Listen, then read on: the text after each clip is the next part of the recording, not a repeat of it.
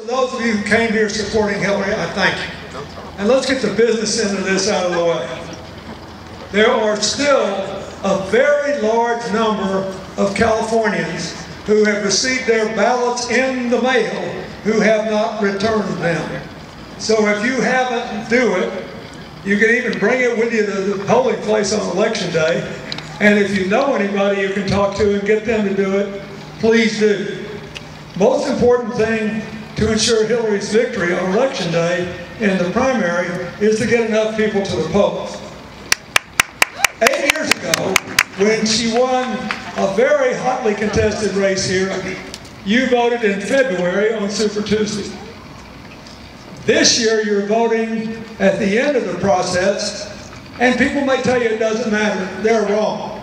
This has been a very hotly contested primary, in case you didn't know. She has a popular vote lead of 3 million. She's gotten 56% of the popular vote. So we need you, and we need a good vote here. Now, let me talk a little bit about the election.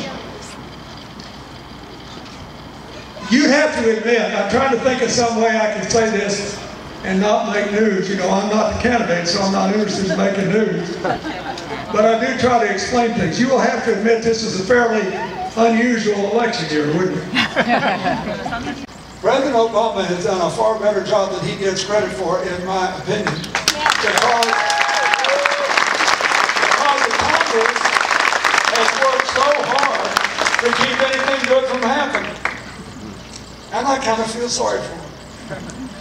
You're laughing. Well, look, how would you feel if every day of your life you got up and you went into your bathroom and you threw water in your face and you looked in the mirror and you said, oh, goody. I can go out and spend one more of my day of my vanishing life making sure not one darn decent thing's happened to help America move forward. I do not believe people like that. Down deep inside, everybody's got to know that this is a dead bang losing strategy. These people are smart. They have been screaming at you for 4 years. Please don't nominate her. We do not want to run against her. And they know that if they just keep throwing mud against the wall, it'll hurt you, even if none of it's true. So for all the young people here, I'll give you a little history lesson. 24 years ago yesterday, I won the California primary.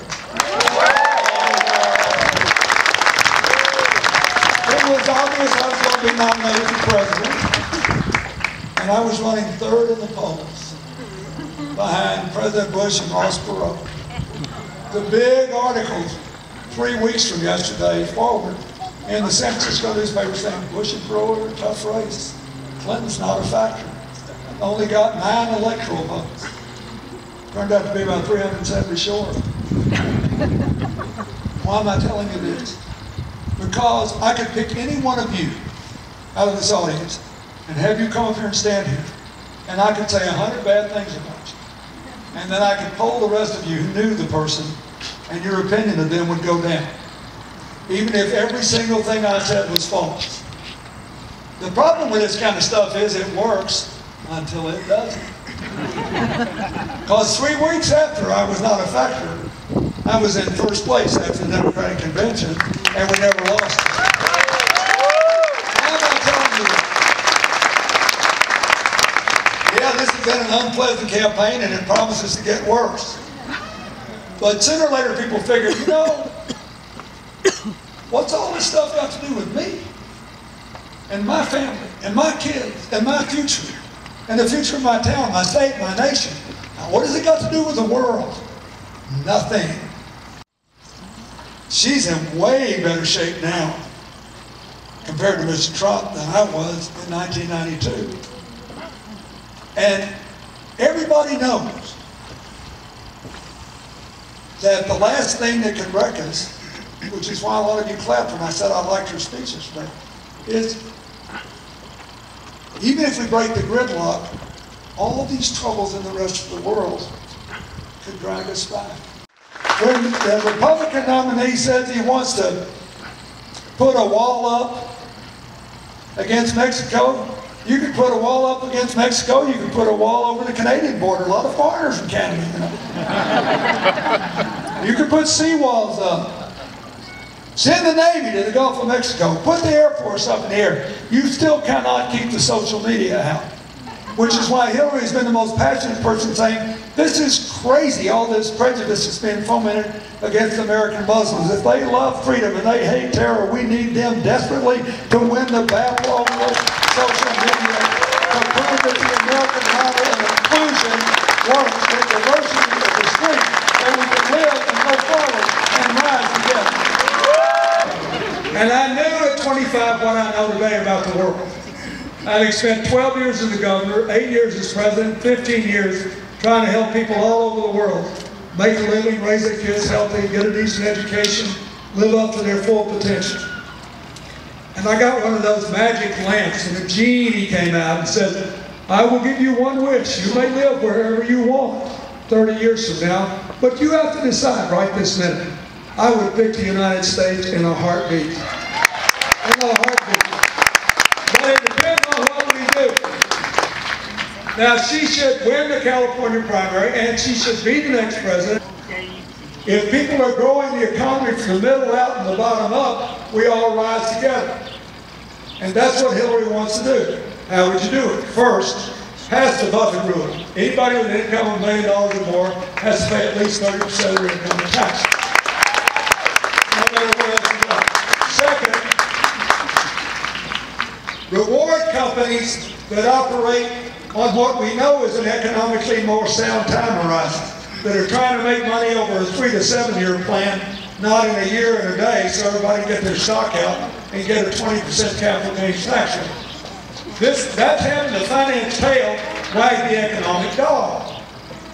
So what Hillary wants to do is to reward companies that fairly share their profits with their employees with a 15% tax credit, but to stop giving activist shareholders the right to bankrupt responsible companies by saying you don't get the whole 20% tax cut.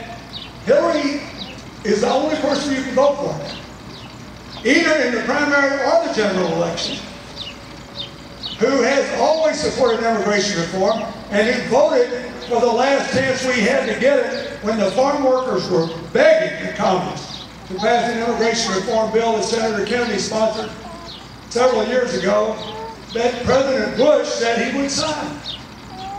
So once we walked away from that, the Republicans are afraid of immigration reform because they're afraid to compete for the votes of first-generation immigrants. First, a college loan is the only loan you cannot refinance. And that is wrong and it's unforgivable. If we let people do that, it's really unforgivable. 25 million young Americans overnight would save more than $2,000 apiece on average, and those that owe a ton of money would save a lot more. This is an important thing. Everybody ought to have access to the workplace. Disabled people need more access to the workplace. People with disabilities are the fastest growing consumer group in the United States, but you have to have money to consume with. They have very high attendance rates, very high productivity rates, amazing job track records, and everything for which they're properly trained, and yet there are still places in America where there is a systematic effort not to hire people with disabilities for jobs that they're qualified for.